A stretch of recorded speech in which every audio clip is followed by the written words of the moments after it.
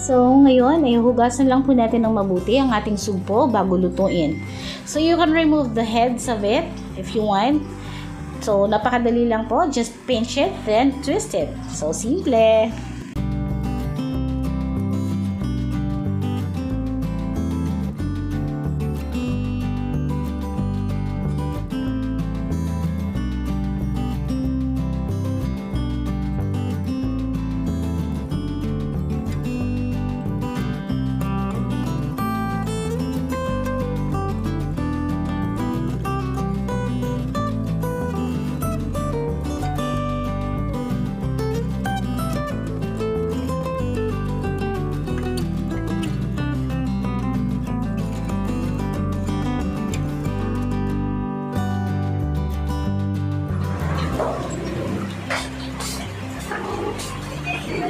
So, ayan, nakaluto na po tayo ng pansit. Ang lulutuin na lang po natin ngayon ay yung ating shrimp.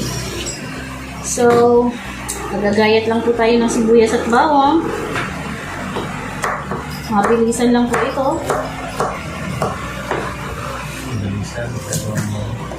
Mabilisan na mabagal. Nagmamadali, pero mabagal pa rin. Ayan na nagmamadali pero mabagal pa din, sabi niya. Okay. So, mga 3 cloves po ng ating garlic. Kulang pa, dagdagan natin. Okay.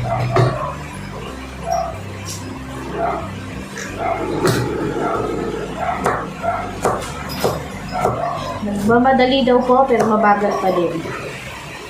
Sige. Okay.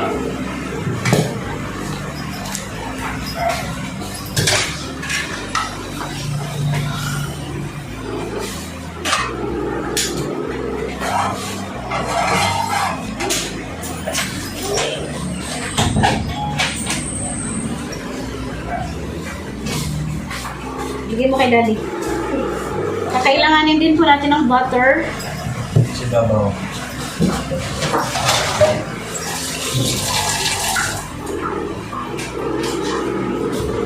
Iwan lang po tayo ng butter kaunti.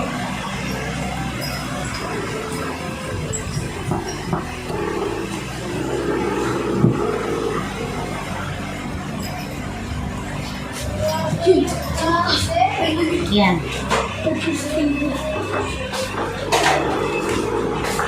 Okay.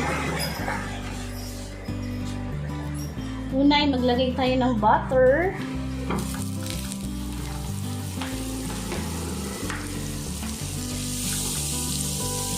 Hintayin lang po natin na mag-melted ang ating butter.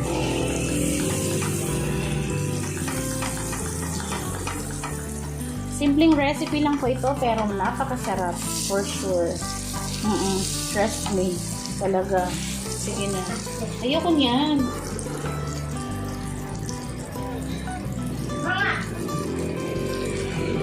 Tapos, ang ating bawang.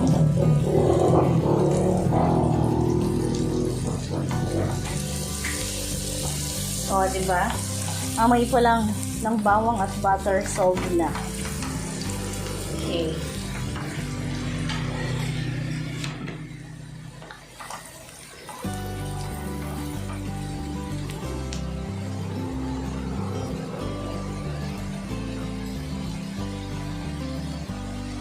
Lagyan po natin ng kaunting piraso ng luya. Para matanggal yung lansa ng ating shrimp. At isusunod na po natin yung ating sibuyas. Ayan. Bango. Yun lang ang masasabi ko. Magano. And then, syempre, yung ating shrimp or sugpo.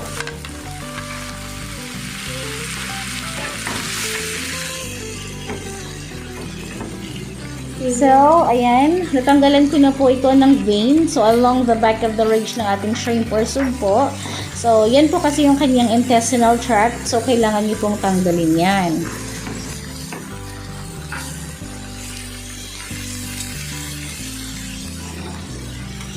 Okay, so lutuin lang po natin ang ating shrimp ng mga 4 to 5 minutes.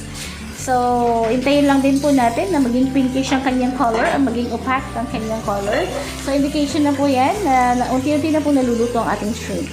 So, depende din po pala yan kapag sa sizes ng ating shrimp. Meron po kasing maliit at meron din pong malaki. So, ang standard time po niya na pagluluto ng ating shrimp is only about 4 to 5 minutes.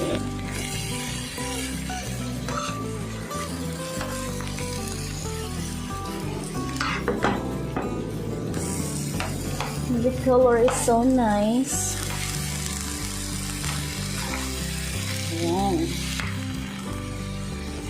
Oh, tatalon. Okay. So, maglagay lang po tayo ng konting Sprite. Okay. Igdagan po natin ng oyster sauce, ketchup,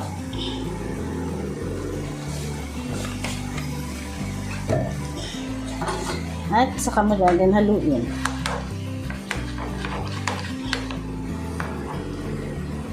Maliit po ang ating lagayan. So, pagtsagaan po natin itong haluin ng mabuti.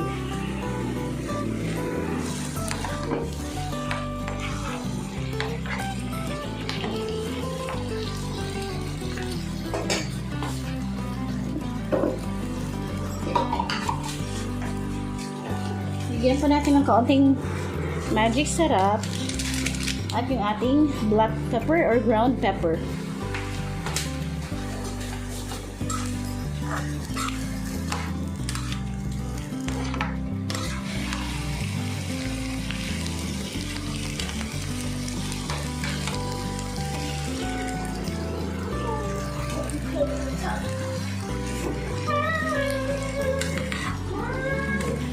Okay, so wag po natin na-overcook ang ating shrimp. Kapag medyo gray na po ang kanyang kulay ay medyo na-overcook na po yan. So, nawawala din po kasi yung natural na lasa ng ating sugpo kapag na-overcook.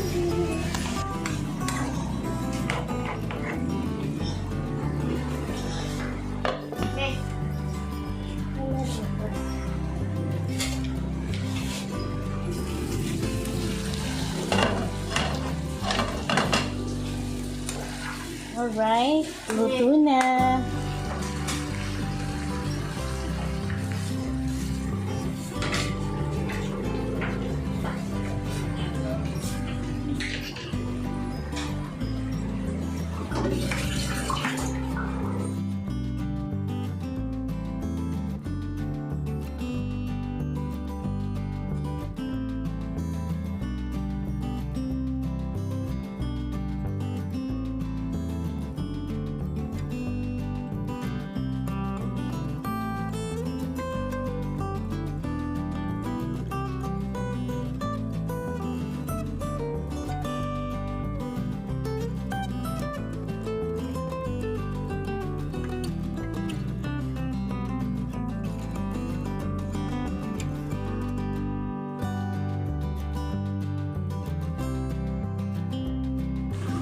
And now, we are going to sprinkle it on top ng ating buttered shrimp. So, lalagyan lang po natin ito ng dried garlic flakes. Yan. So, nakakatulong po yan para ma-reduce po yung blood pressure, no? Yung cardiovascular diseases, katulad po ng heart attack at saka strokes. Tapos, lalagyan din po natin yan ng onion leeks. Diba? Oh, napakasarap. Enjoy our meal, guys!